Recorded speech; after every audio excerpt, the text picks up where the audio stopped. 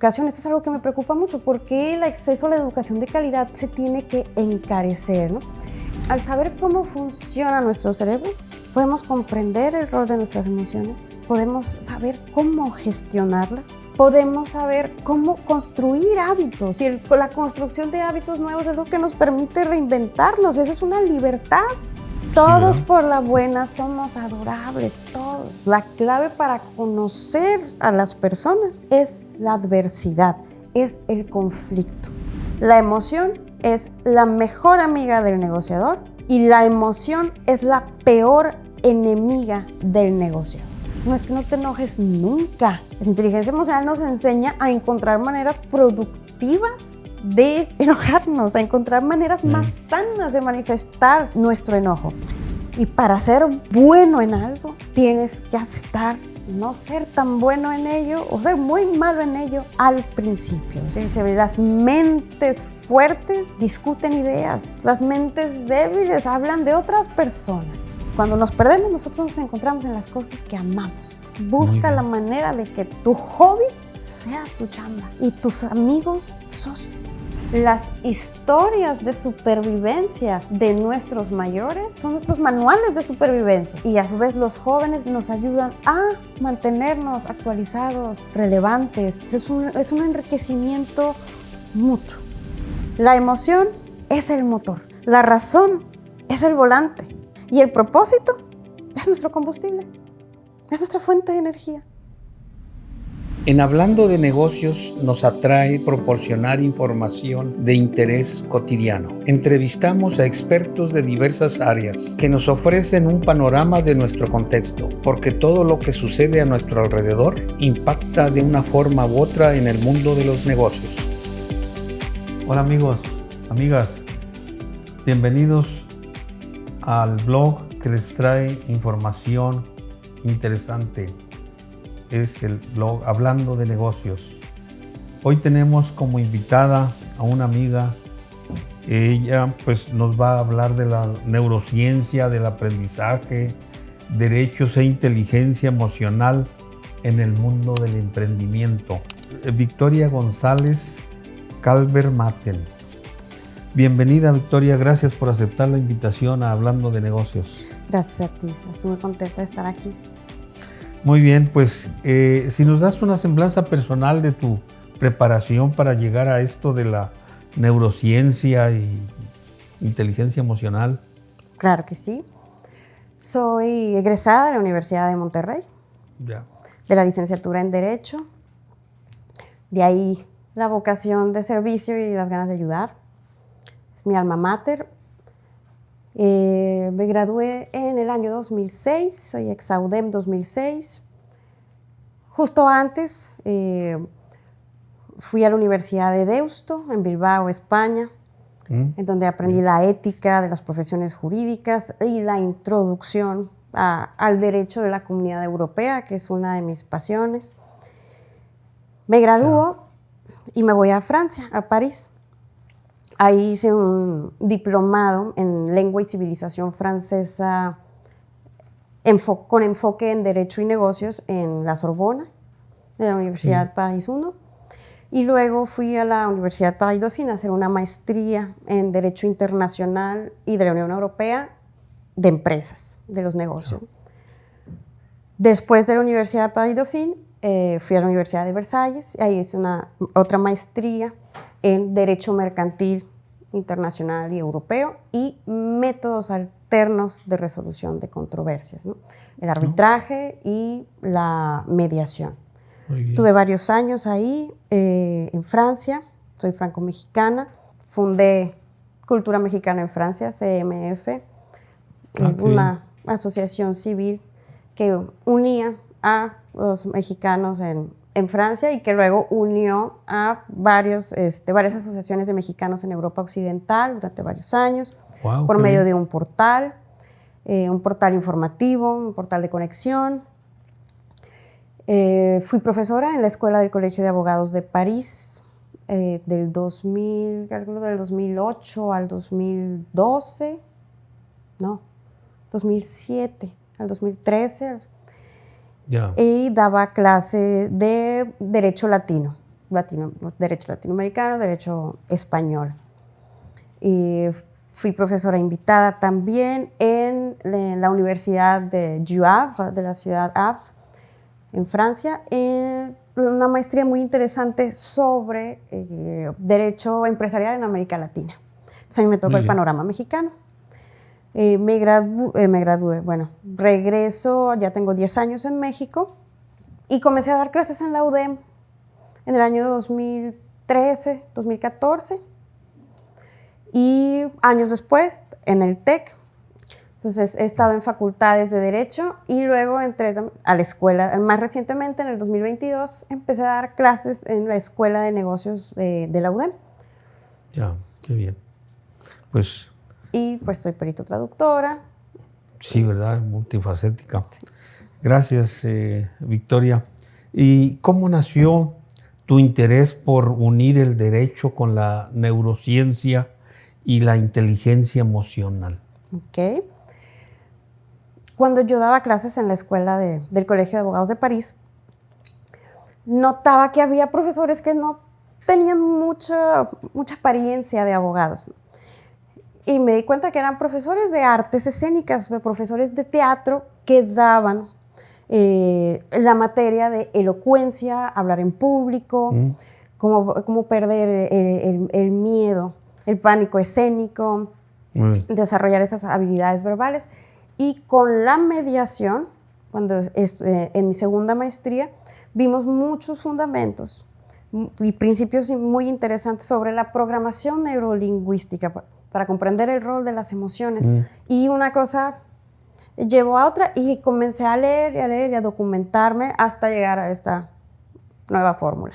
Ya, qué bien. Oye, ¿y recuerdas alguna experiencia que marcó el inicio del proyecto Lex Intuitiva? Sí, por supuesto. Una de las primeras experiencias fue que, estando al frente de CMF, pues fui testigo de historias de mexicanos tan inspiradoras, esas ganas de salir adelante, esas ganas de reinventarse, esas ganas de aprender, y eso despertaba en mí pues lo que todos merecemos, ¿no? Igualdad de oportunidades y el tema de la educación, el tema de la educación. En mis maestrías en Francia, pero particularmente la segunda, en esa maestría yo fui con los padres del arbitraje, o sea, fueron mis maestros, fueron mis jefes, fueron los máximos estudiosos y más apasionados del arbitraje internacional me dieron clase. Uno de los padres de la mediación, del señor Thierry Garbi, en paz descanse, me dio clase. Y todo esto me pongo a pensar, pagué en ese entonces entre 400 y 500 euros al año. Y digo, ¿por qué? ¿Por qué el acceso a la educación? Esto es algo que me preocupa mucho. ¿Por qué el acceso a la educación de calidad se tiene que encarecer, ¿no? Y más la experiencia de los domingos en el Starbucks. Hace muchos años tenía la costumbre de quedarme los domingos en algún Starbucks escuchando música, y mis alumnos sabían que podían encontrarme ahí si tenían dudas sobre materias, y chicos del personal del café llegaron a preguntarme si, aun siendo ellos de otra universidad, yo les podía ayudar con materias de derecho, y así inicié una costumbre hasta que finalmente encontré a Academ, un lugar perfecto para exactamente el proyecto que quiero lanzar. Ya. Entonces esas fueron, diría yo, las experiencias que más marcaron este deseo y esta preocupación de tener igualdad de oportunidades, acceso a la educación, algo que me conmueve mucho de las personas que realmente le quieren echar ganas. Ya, cierto. Y que necesitan un apoyo, ¿no? Que necesitan un apoyo. Digo, tenemos excelentes universidades aquí. Nuestras universidades privadas ya destinan millones y millones a programas de becas y van y buscan talento en los lugares más recónditos de la República. Pero todos debemos hacer lo que podamos hacer. Bien. ¿Qué representa para ti la frase comprendiendo nuestra mente, rediseñando nuestro mundo? Uy, ahí partimos como de 7 conceptos, diría yo. O sea, es 1, entendimiento, conocimiento, autoconocimiento. Ya. Ahorita voy a comenzar con el relato, pero siempre doy los bullet points a mis alumnos primero. Los principios básicos, cuando les digo, mantengan el enfoque en estas cosas que voy a estar mencionando y luego las voy a unir o las voy a articular, ¿no? Entendimiento, conocimiento, autoconocimiento, las nociones de la confianza y el respeto, las nociones de la autoconfianza y el respeto por uno mismo, ¿no? Lo que nuestra palabra vale, que en los negocios es importantísimo, muy relevante. 3, la neuroplasticidad, nuestra capacidad de transformar nuestro cerebro a partir de experiencias repetitivas, ¿no?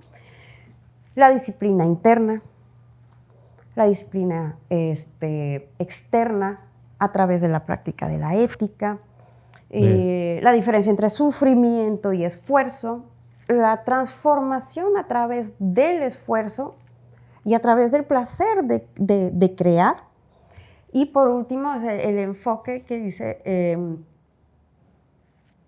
el enfoque, bueno, ahí me trabé, el concepto, por último, el concepto tan importante de la atención y del enfoque, es muy, muy relevante, que pues eso define nuestra realidad. Entonces, todo esto para decirles que comprender cómo funciona mi mente, pues la ciencia nos ha enseñado que solamente tenemos poder sobre aquello que podemos comprender. Y a mis alumnos siempre les pongo el ejemplo de, chicos, ¿sabían cuál era la expectativa de vida antes de que la ciencia descubriera los antibióticos? Se quedan 30 años, 30 y tantos. Sí, ¿verdad? Han observado las tasas de mortalidad que había antes por fenómenos naturales en la historia, hasta que finalmente nuestros científicos los comprendieron y pudimos prevenir dentro de lo posible muchas pérdidas humanas. Entonces, lo mismo con la mente. Al comprender cómo funciona nuestra mente, al comprender cómo somos, ¿qué pasa?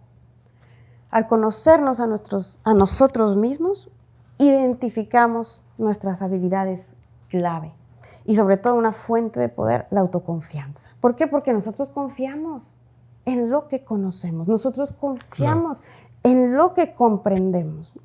Eso es básico.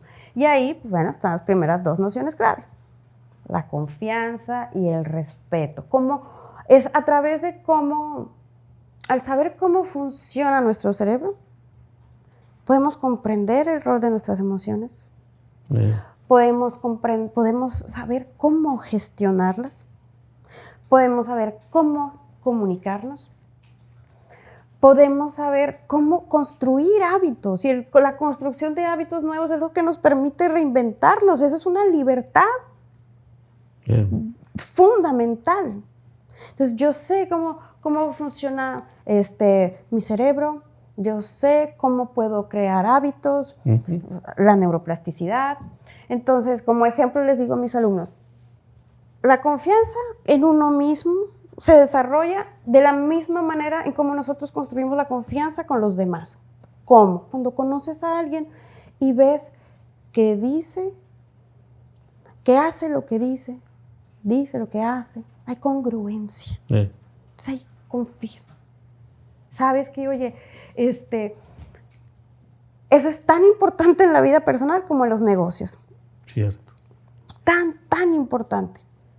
Y entonces, cuando estudias la mediación, cuando estudias la teoría del conflicto, forzosamente pues hay varios fundamentos de la programación neurolingüística de la escuela francesa, norteamericana, y empiezas a leer cada vez más, a investigar cada vez más. ¿Por qué? Porque eso he notado que le da mucha seguridad a mis alumnos. Y la seguridad, ¿qué es? Confianza y receptividad, ¿no? Entonces, en esa congruencia encontramos personas en negocios que eligen lo correcto de lo cómodo. Y entonces a los alumnos, ellos comienzan a desarrollar, ellos comienzan este famoso círculo virtuoso. Un círculo virtuoso en el que lo que antes era muy difícil de hacer, poco a poco se convierte en algo necesario. Y entonces se genera esa autoconfianza. Confío en mí porque yo me cumplo mis propias promesas. Yo me cumplo mis propias promesas. Entonces, me cumplo mis propias promesas, confío en mí y sobre todo me respeto. Me respeto, o sea, me respeto, ¿no? Saber cómo funciona nuestro cerebro nos permite reinventarnos, rediseñar nuestra realidad. ¿Por qué? Porque cuando tú cambias también todo cambia. Cuando tú tienes esa habilidad, ese poder, cuando tú te comprendes a los demás. Y viene esta frase célebre muy de moda que dice, if you don't understand people, you don't understand business. Si no comprendes a la gente, no comprendes de negocios. Pero si no comprendes a la gente, para comprender a la gente, tienes que comprenderte a ti mismo. Cierto. En esa claridad de qué quiero realmente en la vida. Porque también siempre le digo a mis alumnos, primer paso para obtener lo que quieres en la vida es saber lo que quieres. Es saber lo que quieres. Saber cómo funciona nuestro cerebro es un poder inmenso y es un derecho que todos tenemos. ¿Por qué? Porque así podemos cultivar y proteger nuestra salud mental, nuestra salud emocional. Cierto.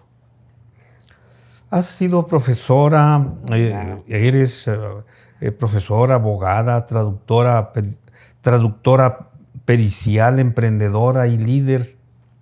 ¿Cuál de estos papeles te ha enseñado más sobre la persona y sobre ti misma, Victoria? Sobre mí misma, ser profesora, ser líder. Sobre las personas, ser abogada. Ser abogada es algo que me ha enseñado mucho sobre las personas, algo que muchos sabemos, algo que todos debemos de saber. Todos por la buena somos bien buenos. Todos por la buena somos adorables, todos. La clave para conocernos a nosotros mismos, la clave para conocer a las personas es la adversidad, es el conflicto. Ahí es donde vemos realmente quién se mantiene íntegro, quién sigue respetando los valores que dicen que lo definen. Eso es yo creo que lo más importante que he aprendido sobre nosotros, sobre las personas. Eres capaz de dar lo mejor de ti mismo, aún en las peores. ¿Eres capaz de mantener tu integridad? ¿O vas a irte directamente a explotar la vulnerabilidad de quien confió en ti una vez? Hasta en la guerra hay honor. Eso es lo más importante que he aprendido, lo que más me ha marcado. Qué bien. Gracias. ¿Cómo definirías la intuitiva en una frase que la gente pueda recordar fácilmente? Sueños y datos. Sueños, almas y datos. Sueños, almas y datos. Bien. O sueños, culturas y datos. Sueños, culturas y datos. Ya, qué bien. Cierto, tienes razón. ¿Qué necesidad social o profesional te llevó a fundar Lex Intuitiva? Precisamente ese deseo de ver que todos podemos hacer algo para garantizar la igualdad de oportunidades. el acceso a la educación de calidad, a una educación pero práctica. O sea, es no ver a los alumnos como competidores, como futuros competidores. Es ese valor de solidaridad intergeneracional, que esto también es una obligación. Te voy a enseñar el oficio, no nada más aprender conceptos. Te voy a enseñarte el oficio. Podrás tener esa libertad, ese dicho que me gusta mucho, que dice que el ave que se posa sobre el árbol no es porque confía en la fuerza del árbol o confía en la fuerza de sus propias alas. Entonces, ese sentido de autonomía, de independencia, es algo que es muy importante, que creo que todos queremos, incluso para nuestros hijos, que ser profesores también de nosotros somos figuras paternas y maternas de alguna manera, y por eso tenemos una responsabilidad enorme con lo que les enseñamos, con lo que les decimos, porque nos creen. Entonces, es muy importante como decir, oye, pues cuando yo no esté, tú vas a nadar solo, tú vas a nadar sola, tú sabes volar. Cierto. Esa es. Lex Intuitiva se define como un emprendimiento social disruptivo. ¿En qué radica esa disrupción, Victoria? Pues tenemos que ver como profesora de innovación. Son varios criterios. Uno, Lex Intuitiva es solidaridad intergeneracional. Significa, estamos formando un santuario que concentra el expertise de grandes profesionistas, nuestros Masters Jedi de más de 50 años. A la vez, mi propia multiculturalidad. Yo soy francesa, soy norteamericana y soy mexicana. Soy la primera generación nacida en Monterrey. Mi especialidad es el derecho internacional. En esto, todo lo que hacemos, que no es nada más educación, es que somos un colectivo integrado por profesionistas en humanidades, profesionistas en derecho, profesionistas en ciencias exactas, en ciencias médicas, de Latinoamérica, Francia, Alemania, México. Tenemos la multiculturalidad, la multidisciplina, y el aspecto multigeneracional. ¿Cómo? Que estamos en el modelo de Lex Intuitiva, que de hecho va a haber varias reuniones informativas la próxima semana, todos los días. Vamos a explicar de qué manera las generaciones jóvenes y nuestros Masters Jedi pueden enriquecerse. La divisa también de Lex Intuitiva es: la diversidad nos enriquece.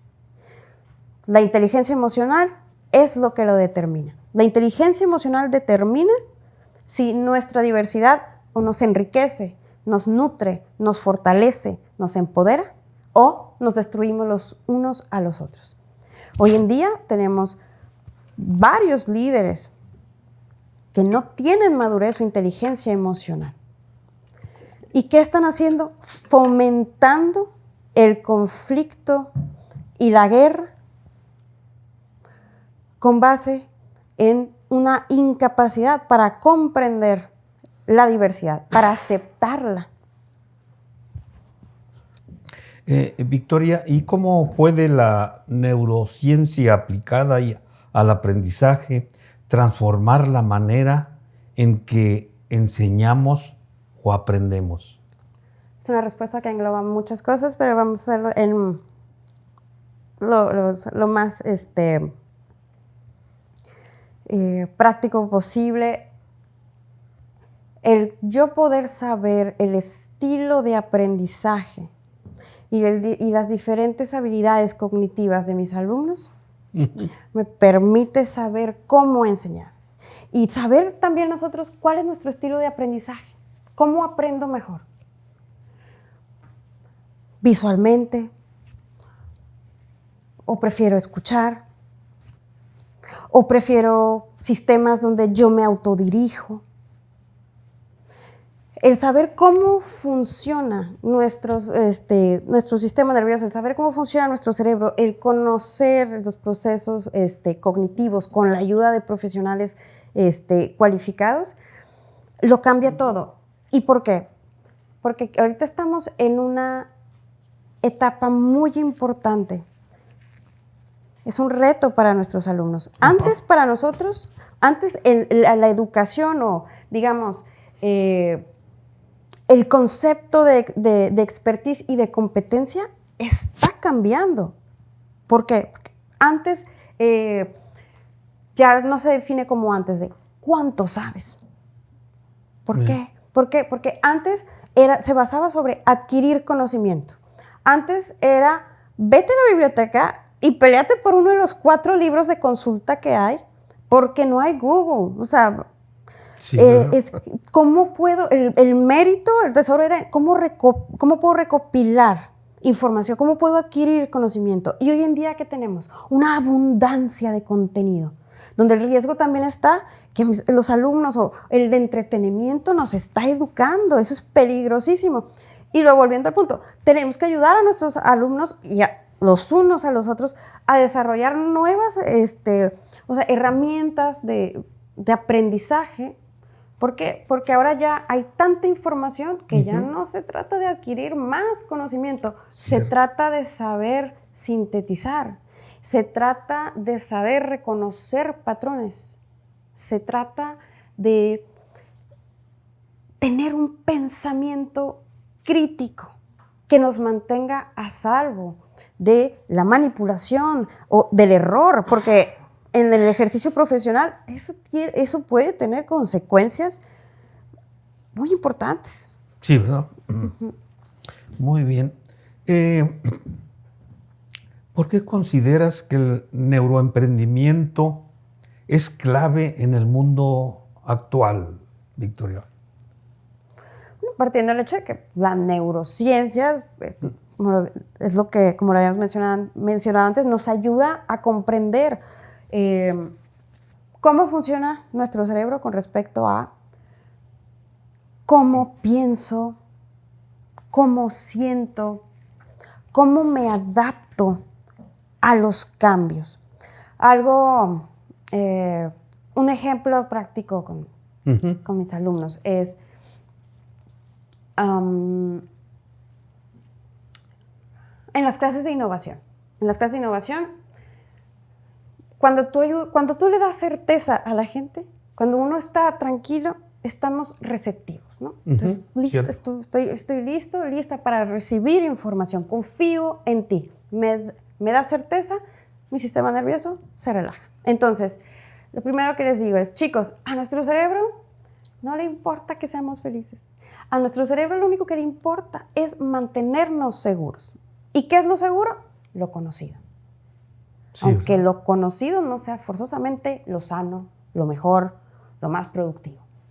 Entonces, al momento de crear, les digo a mis chicos, al momento de querer innovar, nuestro cerebro se va a ir siempre por la solución más obvia, más evidente. Nuestro cerebro no quiere, a nosotros no nos gusta lo desconocido. Por eso estamos en Netflix, nos tardamos 35 minutos en el catálogo y acabamos viendo la serie que nos gusta siempre. Lo conocido, la certidumbre, puede ser una zona de confort peligrosa. Entonces, en el neuroemprendimiento, cuando tú le dices a los alumnos, mira cómo funciona tu cerebro, es normal que sientas este bloqueo. Yeah. Es cuando puedo ver con claridad y encontrar la manera. Ahora ya tengo una herramienta para reconocer conductas y modificarlas. Cierto. Bien. En cuanto a los empresarios y líderes, ¿cómo pueden usar el conocimiento del cerebro para tomar decisiones más acertadas? Para empezar, saber cómo funciona nuestro cerebro nos da nociones sumamente valiosas, especialmente sobre el poder de nuestro enfoque y de nuestra atención. ¿En qué te enfocas? Eso define nuestra realidad. Tu realidad es tu enfoque, como decía Ortega y Gasset. Tu realidad es tu enfoque. ¿Quieres saber cuál es tu realidad? Dime en qué piensas a diario. Dime en dónde está tu enfoque, en dónde está tu atención. Eso es un poder enorme. Ahora bien, saber cómo funciona el cerebro puede permitir a un líder a tomar decisiones más acertadas o a decidir cuándo no tomar decisiones. A decir, puedo reconocer mi estado emocional. Puedo reconocer que quizá ahora no tengo la claridad suficiente para tomar una decisión crítica. Como dice este dicho famoso, nunca tomes decisiones cuando estés molesto, ni hagas promesas cuando te sientas feliz. Saber cómo funciona nuestro cerebro nos permite reconocer nuestros estados emocionales, reconocer lo que es temporal y poder darle su justo valor a las cosas dentro de lo posible. Qué bien. Y en cuanto al papel que juegan las emociones en los procesos de aprendizaje, liderazgo y resolución de conflictos, ¿qué nos podrías aclarar de esto? Uy, pues es importantísimo. El rol de las emociones es importantísimo. Que, por ejemplo, manuales y técnicas y estrategias de negociación hay muchísimos y muy buenos. Pero si no conocemos el rol de las emociones, si yo no conozco el rol que juegan mis propias emociones, cualquier cosa puede desestabilizarme. Cierto. En medio de una negociación. El rol que juega la emoción es crucial. Este adagio de la mediación. La emoción es la mejor amiga del negociador y la emoción es la peor enemiga del negociador. El rol de las emociones determina, mi estado emocional determina cómo percibo las cosas. Cierto. Nuestro estado emocional determina cómo interpretamos la información. Entonces, conocer el rol de las emociones es vital. ¿Por qué? Porque también puedes reconocer cuando un alumno está receptivo o no. ¿Cómo podemos inducir estados emocionales que generen, valga la redundancia, emociones positivas? Las emociones positivas es igual a negociaciones exitosas. Cierto. Entonces, cómo conocer el rol de las emociones nos permite saber cómo propiciar esos escenarios y también cómo autorregularnos. ¿Cómo puedo, en un momento de estrés máximo, en un momento de adversidad, en un momento de urgencia, conocer el rol que juega la emoción nos permite, ¿cómo diría yo? Puede incluso salvarnos la vida. Cierto. Entonces, el rol de las emociones está en todas partes. En el emprendimiento, en el liderazgo, en las ventas, en la resolución de conflictos. Y llevamos décadas, siglos, minimizando la emoción. Sí, entonces, lo es todo. Todas las decisiones de negocios, financieras, están en la emoción. Antes nos manipulaban con miedo. Las antiguas campañas presidenciales, por ejemplo, estadounidenses. Esa famosa alerta antiterrorista o alerta terrorista que nadie supo nunca, se inventaron el botón. Entonces, ¿quieres subir en las encuestas? Pica el botón, alerta máxima terrorista. Ahora, ¿qué hacen? Ahora nos manipulan con la emoción. Entonces, tenemos que conocer muy bien el rol que juega la emoción. Bien. Gracias, Victoria. Un gusto. ¿Por qué la inteligencia emocional se ha convertido en una de las competencias más valiosas del liderazgo moderno? ¿Nos podrías ampliar este concepto? Claro, porque a través de la inteligencia emocional podemos priorizar valores y principios por encima de los estados emocionales temporales.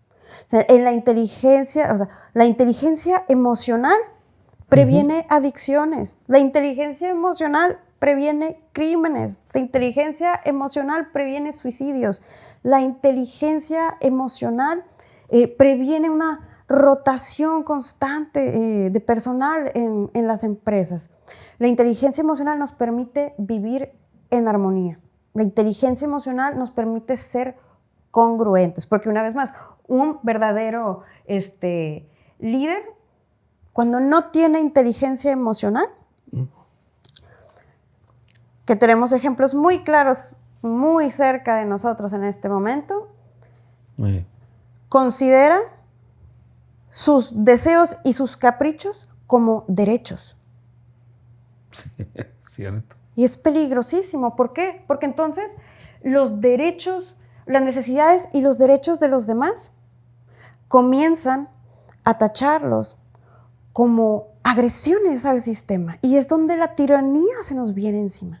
Entonces, un líder emocionalmente inteligente no deja caer los valores por estados emocionales temporales. No pierde la cabalidad en momentos de conflicto o en momentos de mucho estrés.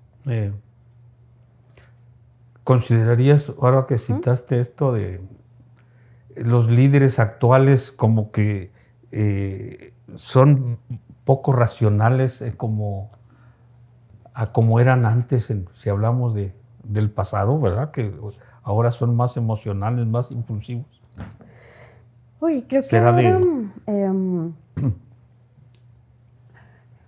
ahora, creo que eso ahora se hace más evidente por esta era mediática. Sí. En esta era mediática ya se hace más evidente. ¿Por qué? Porque se está convirtiendo en entretenimiento. Están haciendo del conflicto un entretenimiento y eso es peligrosísimo, peligrosísimo. Nada más los jefes de Estado. Tenemos años que vivimos en una cultura de conflicto y no digo nada más México, muchísimos países en el mundo. O sea, prendes la tele y todo es conflicto.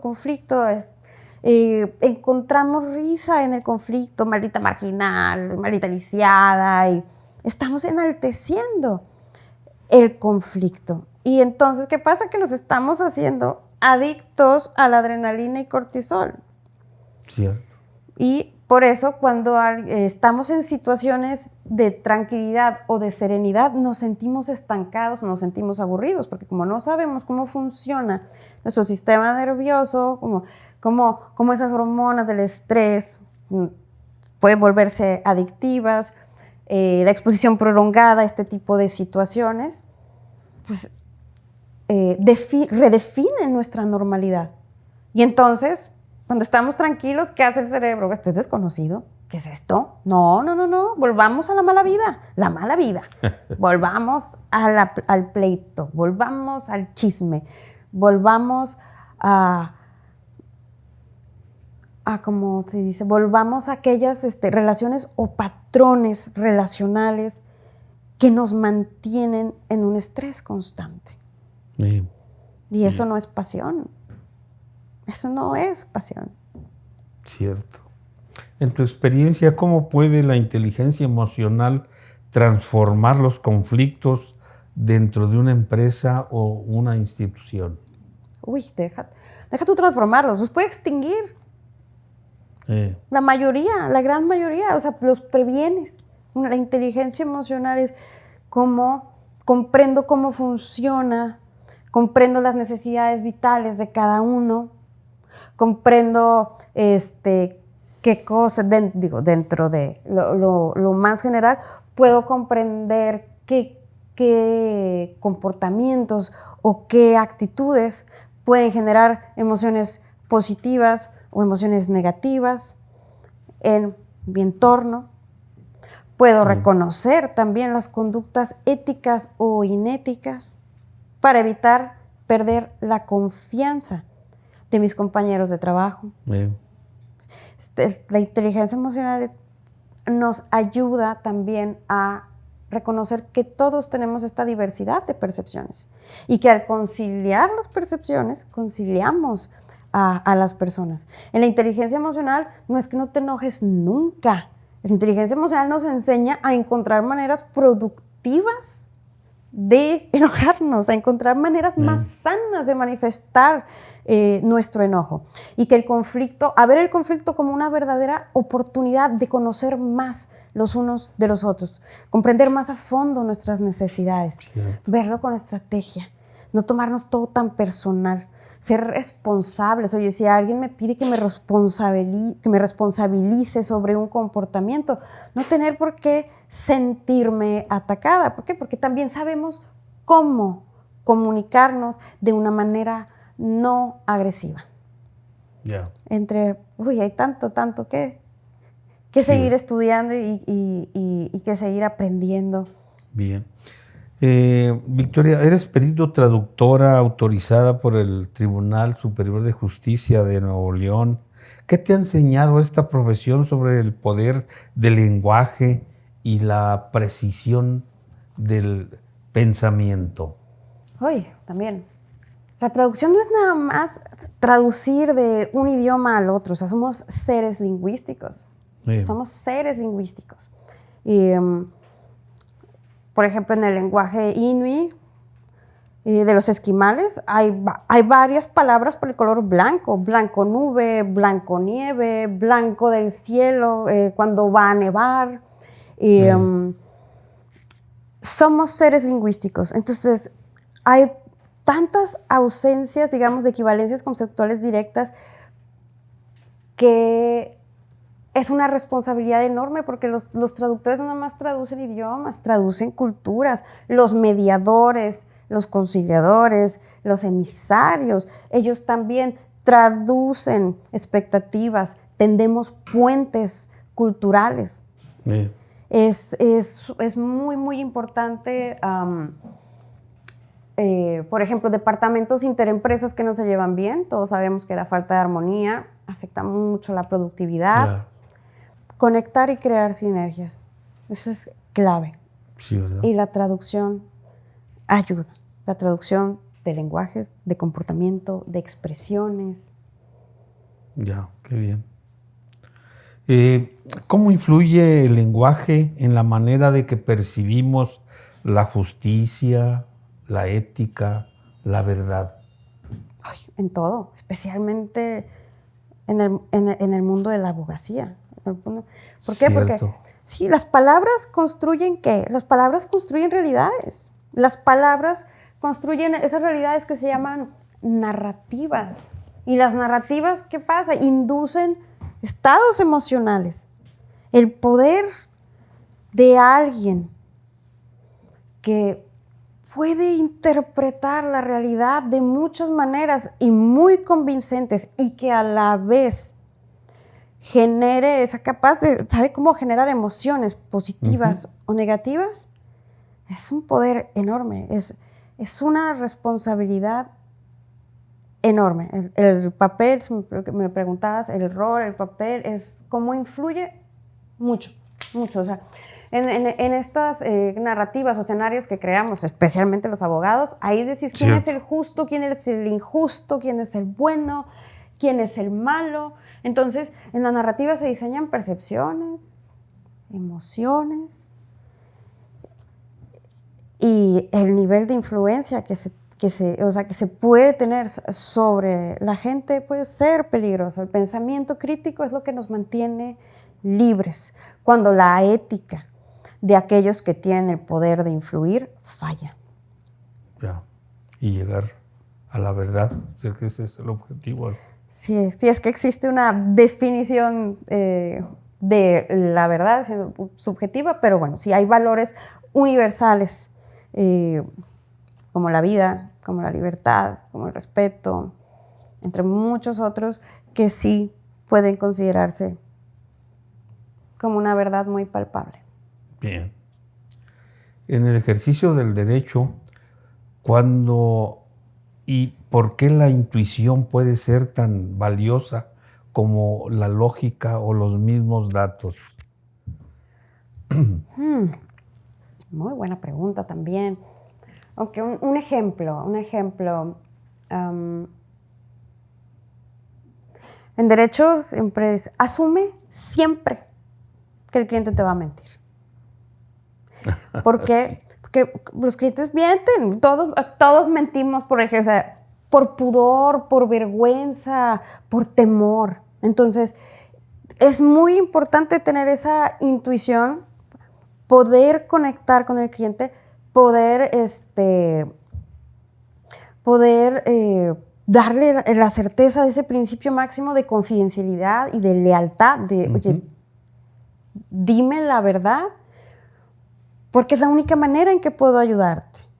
¿Por qué? Porque luego, en el momento que estás implementando la estrategia, surge algo y esa estrategia te está ahí en la cara. Sí, es que volver con el cliente, la única manera de defenderte, la única manera de protegerte es que puedas decirme la verdad, porque mi trabajo no es juzgarte, es comprenderte y, y cuidar tus mejores intereses. Entonces, creo que ahí la intuición juega ese rol tan importante de intentar siempre conectar con los clientes y comprender que eso es algo muy natural. O sea, es como cuando llegamos ahí yo llego con la laptop y ¿le movió algo? No, nada. No funciona. ¿Se tomó algún medicamento? No, nada. Es parte de. Cierto. Bien. Victoria, como docente universitaria, ¿cómo aplicas la neurociencia en tus clases? No importa las materias que todas llevan un primer módulo, ¿no? En ese primer parcial. Instigo mucho en mis alumnos el autoconocimiento, como el rol de las emociones, cómo funcionamos, las hormonas del estrés, las hormonas del placer, cómo comportamientos repetitivos o situaciones, circunstancias reiterativas, literalmente pueden transformar nuestra percepción de la realidad. Y lo aplico también mucho al momento de introducir conceptos complejos. Les explico pues, cómo funciona eso que sientes ahorita es confusión y está bien lo que sientes, está bien. ¿Por qué? Porque tienes un montón de información, datos y emociones y expectativas y temor y excitación a la vez. Ayudar a los alumnos también en ese drama que es aprender, porque conforme avanzas en el conocimiento, también se amplía tu conciencia sobre lo que aún no conoces. Entonces, nuestro cerebro se bloquea también. O empezamos a decir, por ejemplo, al momento de redactar en derecho, uno dice, híjole, nunca voy a poder redactar así. Nunca voy a poder hacer una presentación así. Yo nunca voy a poder analizar así. Entonces, con eso, relajo a mis alumnos. Decir, hey, esto que sientes es normal. Y para ser bueno en algo, tienes que aceptar no ser tan bueno en ello o ser muy malo en ello al principio. O sea, confía en el proceso, respeta ese proceso, reconoce las emociones que se generan ante lo desconocido y reconócelas como tal, emociones, nada más. Y eso veo que los hace más receptivos, y también emocionalmente responsables los unos con los otros. Ya, qué bien. ¿Qué actitudes observas hoy en los jóvenes universitarios frente al conocimiento, la incertidumbre, el liderazgo? Veo grandes cualidades que son, no tienen miedo a emprender. Siempre les digo a mis alumnos eso, de que chicos, ustedes de verdad que tienen mucha suerte. ¿Por qué? Porque antes, si yo estaba, no sé, en una fiesta familiar y me decían mi tía o mi abuelita, en paz descanse, y oye, mijita, ¿qué andas haciendo? Y yo decía, tengo mi negocio. Ay, estás desempleado. Digo, chicos, ahorita ya hay ciencias del emprendimiento, ahorita ya hay escuelas de negocios. Nosotros los millennials era, pues yo quiero tener mi propio negocio. Ay, mira este. Todo era, quédate en una estructura, busca la certeza, vive tus prestaciones, ¿ves? Entonces, veo aspectos positivos que son entrones, creativos, visionarios, sensibles, sí, veo. ¿Qué me preocupa? Que estamos permitiendo que el entretenimiento los eduque. Y a nosotros también. Me preocupa que nuestro sistema nervioso, especialmente el de ellos, está sobreestimulado. Scrolling. Adquiero información que también genera emociones en mí. Emociones negativas, conflicto, guerras, crueldad. Me preocupa que, como les digo constantemente, ¿cómo podemos nosotros, sus profesores y sus padres, enseñarles cómo construir su propia realidad si ustedes insisten en escapar de ella? Todos estamos, nuestro enfoque, una vez más, ese desenfoque. No sé, me preocupa mucho eso. O sea, me preocupa que nos sentamos y yo empiezo a scrollear. Ya, para empezar, ya existe scrollear. El lenguaje siempre es algo vivo. Sí. Y ya se fue por 1 hora y media ahí. 1 hora y media. Cierto. Es un consumo de energía. La reflexión profunda se hace menos, digamos, habitual. Por eso es tan importante el pensamiento crítico. Entonces, sí, veo una generación de emprendedores que yo pienso que emprender es tan importante como saber manejar estándar. Emprender es como papás cuando enseñan a manejar a los hijos. Te compro un automático, pero vas a aprender en el coche estándar de tu abuelo. Sí. Son habilidades. O nadar. No te gusta nadar, no te gusta la playa, pero hijo, hija, tienes que aprender a nadar. Emprender son habilidades de supervivencia. ¿Por qué? Porque eso les garantiza independencia. Está también genial trabajar para una organización con quienes compartan sus valores, su visión, que cumplan esa misión y ese sentido del propósito. Pero tienen que saber emprender, tienen que saber manejar estándar, tienen que saber nadar. Cierto. ¿Qué consejos darías a los estudiantes que buscan equilibrar el éxito profesional y bienestar emocional? Ok. Partir de la premisa de que una cosa no está peleada con la otra. Durante años nosotros sí vivimos bajo ese esquema, bajo esa ideología. O sea, hoy en día es posible, o es más fácil atreverse. Es más fácil atreverse ¿a qué? Haz lo que amas y no vas a trabajar un día de tu vida. Ese poema tan bonito de Facundo Cabral, creo que se llama Todo me lo enseñó mi madre, que decía, mi madre jamás usó agenda, porque siempre hizo lo que amaba y el corazón se lo recordaba. Entonces, ¿qué les digo a los chicos?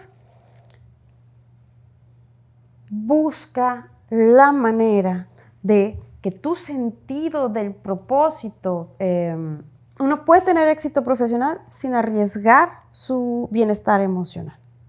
Concilien ese sentido de propósito por ama lo que haces, como el eslogan del Lección Intuitiva, ¿no? Amor por lo que hacemos, honor en lo que hacemos.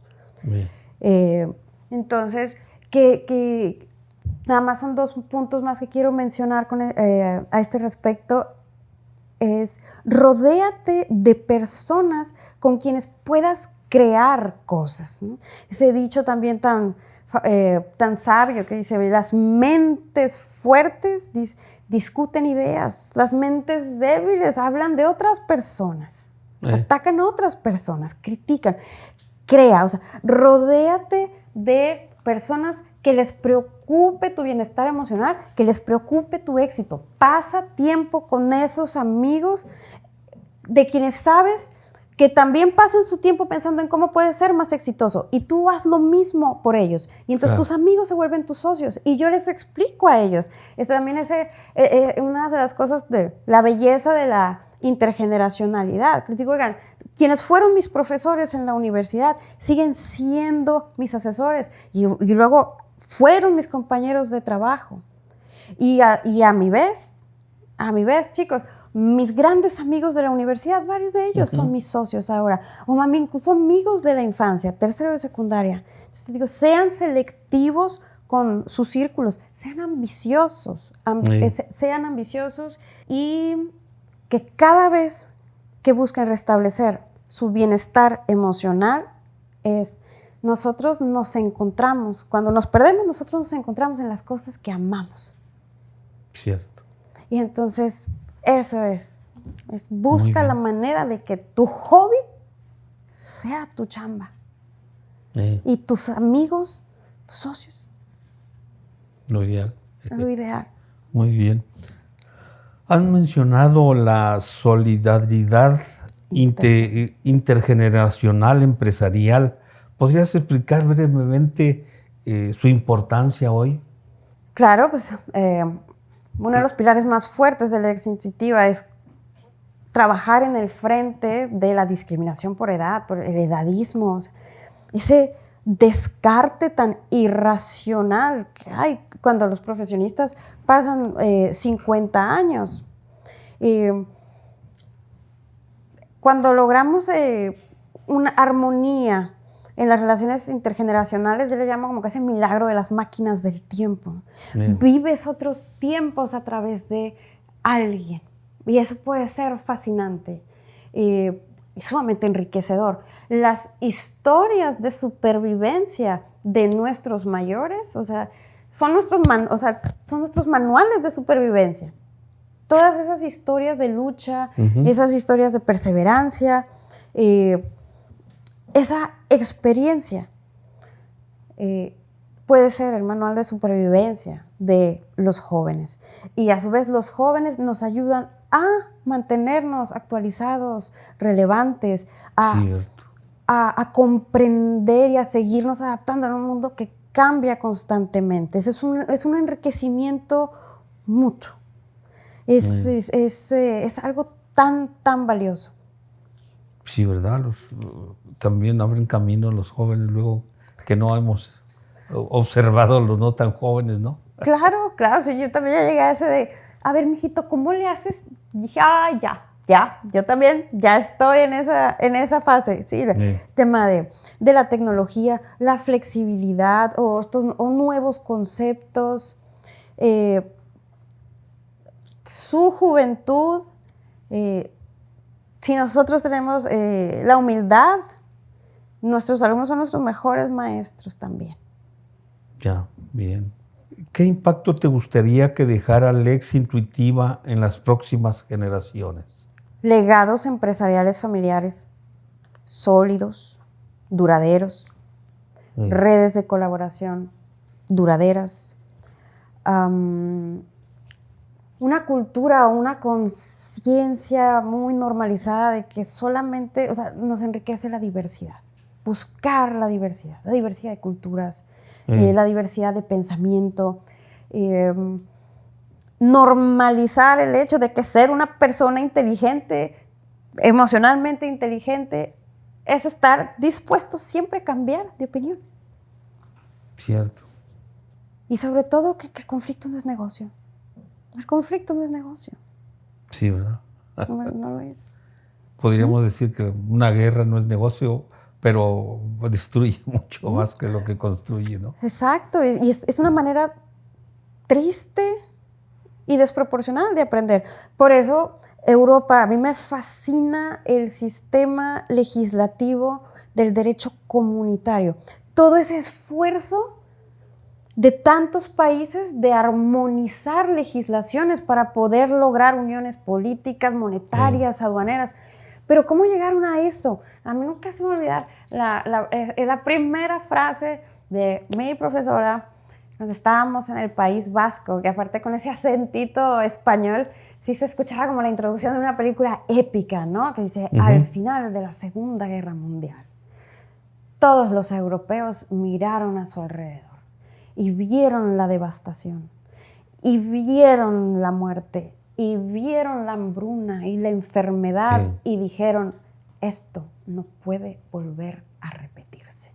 Entonces, ellos, no es que sean más inteligentes que nosotros, es que ellos ya han tocado fondo. 2 guerras mundiales, millones de muertos, sistemas que se caen, se vuelven a levantar. Se han dado cuenta que el conflicto no es productivo.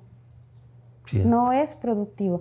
Entonces, de tanto dolor, pienso yo, tanto dolor fue lo que inspiró a trabajar durante años en todos estos mecanismos de armonización de legislaciones para poderse garantizar los unos a los otros una libertad de establecimiento, de tránsito, de prestación de servicios, una libertad de empresa, cierto. Una lealtad. Bien. Y la libertad de tránsito también, que eso sí, no... libre circulación de... Sí, ¿verdad? De bienes, servicios y personas. Si tuvieras que definir el liderazgo del futuro en 3 palabras, ¿cuáles serían, Victoria? Inteligencia y responsabilidad emocional. Ya. Responsabilidad emocional, sí, ¿cierto? Hacernos responsables. Sí, sí, ver que la diversidad de opiniones, o incluso cuando nos dan una retroalimentación sobre la calidad de nuestro trabajo, sobre nuestros hábitos,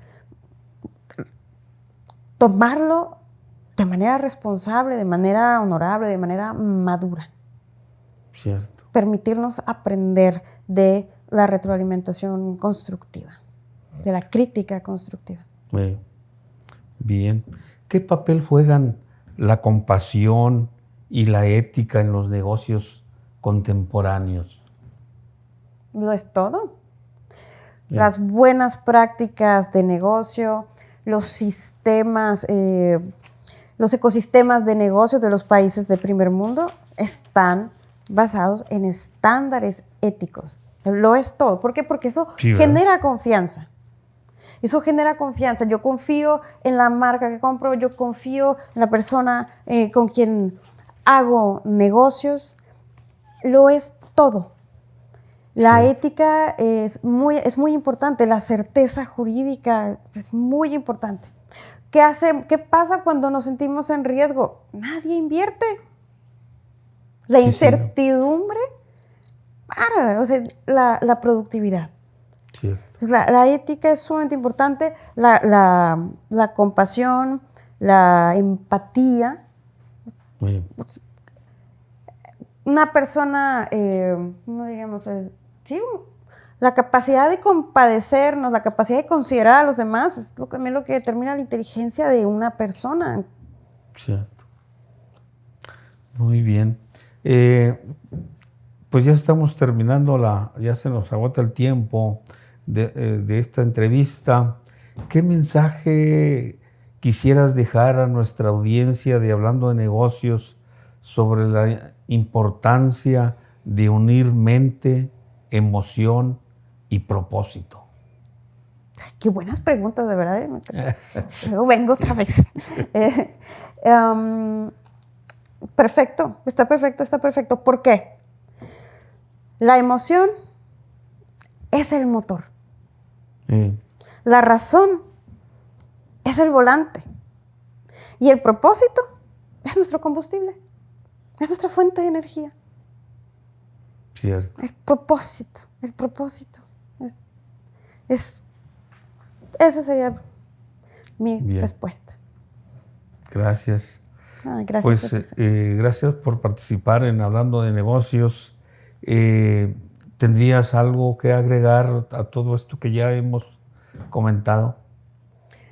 Con el tema de qué papel juega la inteligencia emocional, la compasión y la ética en los negocios. Les pongo el ejemplo de los lobos y de los perros. Digo, El lobo, el lobo no puede ladrar sobre el perro.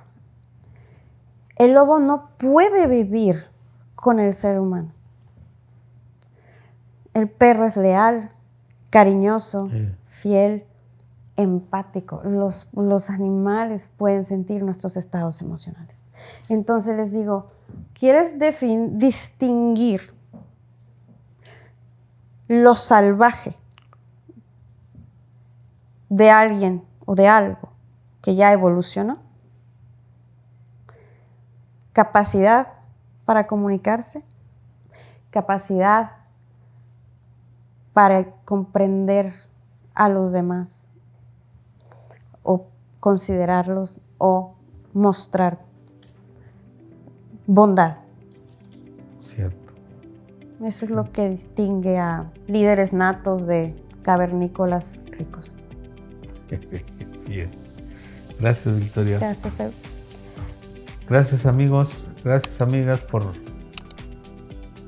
preferir Hablando de Negocios, donde les llevamos información diversa, y estoy seguro que esta que acabamos de emitirles es interesante y les abrirá pues visiones diferentes y que podamos aprender y aplicar en nuestra vida. Gracias, Victoria, por participar. Gracias por dedicar tu tiempo. Gracias por invitar. Y ojalá próximamente podamos ampliar esto. Te espero en la inauguración. Gracias. Hasta pronto, amigos.